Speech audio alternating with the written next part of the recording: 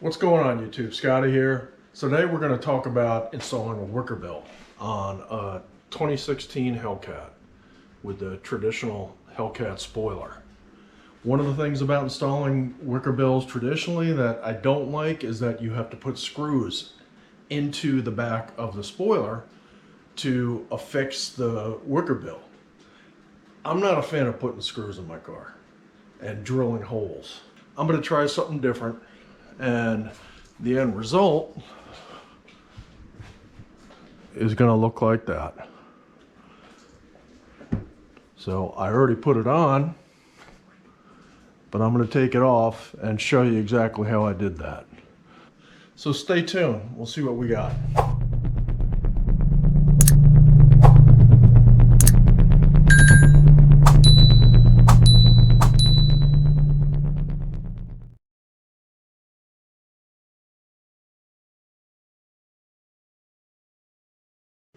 I also have these on my RT, and on the RT, I actually did screw holes in. And I'm going to put a link to that video for that Wickerbill. Alright guys, so this is how the Wickerbill comes. It's pre-cut, it has little notches so that you know exactly where to line it up with the back of the spoiler. It comes with pre-drilled holes to screw into the back of the spoiler. They give you a set of little black washers and screws that, so you would pre-drill, normally you would pre-drill a hole into the back of the spoiler slightly smaller than the screw, and then you would screw that in. So you would put this, you would get this lined up on the back. You would take a little Sharpie, once it's lined up, just mark your holes, and then you would pre-drill. Then you would line this up and you would put the screws in. Now, I do not want to drill into the car. I just really don't like that. It gives me the willies. So what I decided to do is to use super strength Velcro. So what I did is I put strips on the back of the Wickerbill, and I matched those up to the back of the car. So that allows you to put this on without drilling holes. It also allows you to take it off to clean underneath there, because you do get some gunk down there after a period of time, especially if you leave your car outside. This is the type of Velcro that I used. This is actually called Fastening tape. It's adhesive on one side, very strong, 10 pounds per square inch. I've used this before, actually on my louver on the back.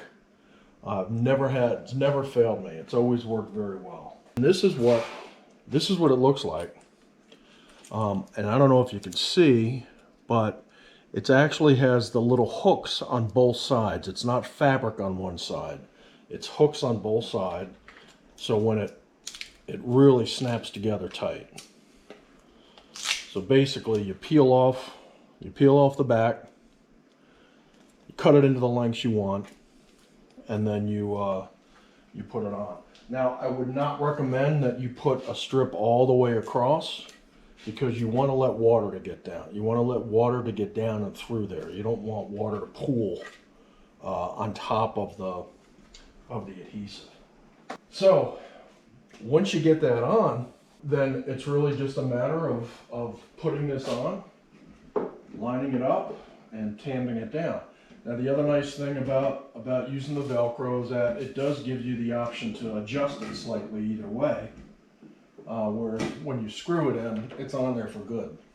Put this on, get it lined up on the sides here.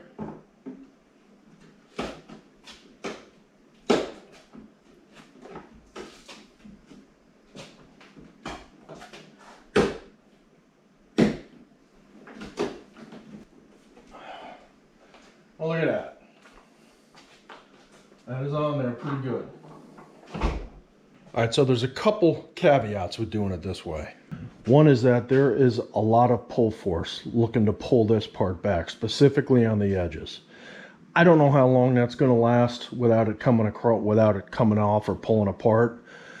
If that does start happening, then worst case, you would just screw these last two holes in, just because that's where the most tension is to pull it off on the edges. So yeah, and you know, you'd still have to drill, but at least you'd only be drilling one hole on each side and not holes all the way across. The other caveat is that there's a gap. All right, and you can actually see where the Velcro is. So there's a couple things you can do with that.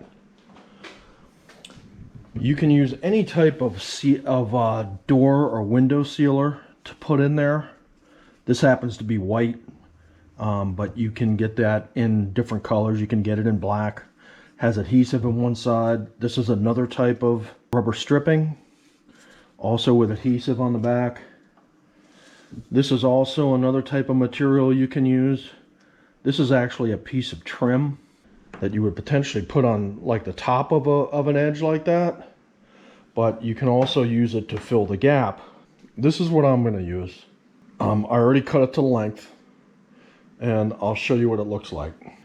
So now there it is. That's what it looks like with the gap filled.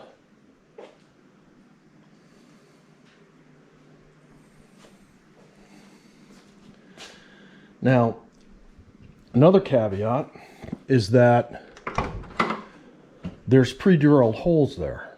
So you have to cover them up with something. Or else you're just going to see white holes through there because the back of the adhesive is white. I wish it was black. That would make it easier, but it's not. It's white. So you got to cover those up somehow. So basically what I did with that is I just used these little adhesive black tacky strip covers.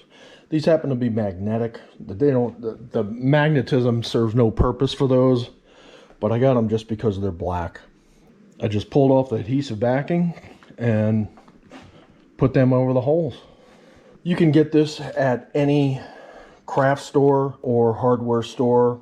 So I will put links to all of this stuff in the description. So you could potentially just order all this stuff online. All right, so there you go, guys. This is a potential option for you if you're not really crazy about drilling holes in your car. It's very, very easy to do.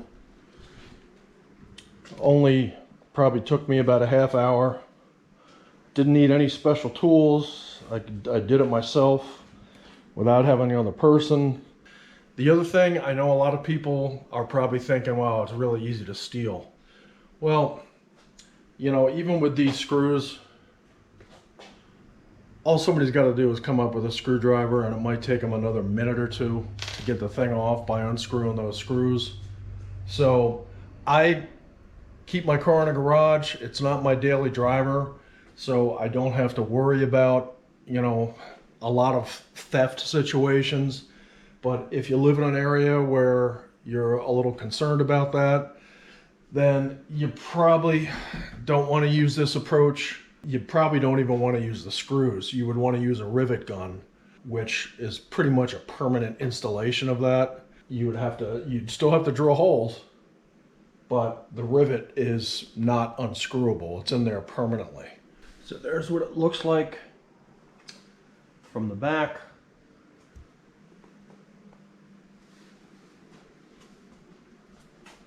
Hopefully you can see it with the overhead light.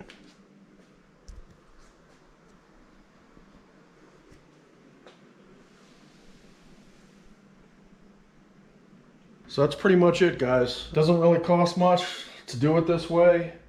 Once you buy the Wickerbill, you know, all this material is probably under 20 or 30 bucks. But thanks for watching. If you haven't already done so, please hit that subscribe button, and I will catch you on the next video.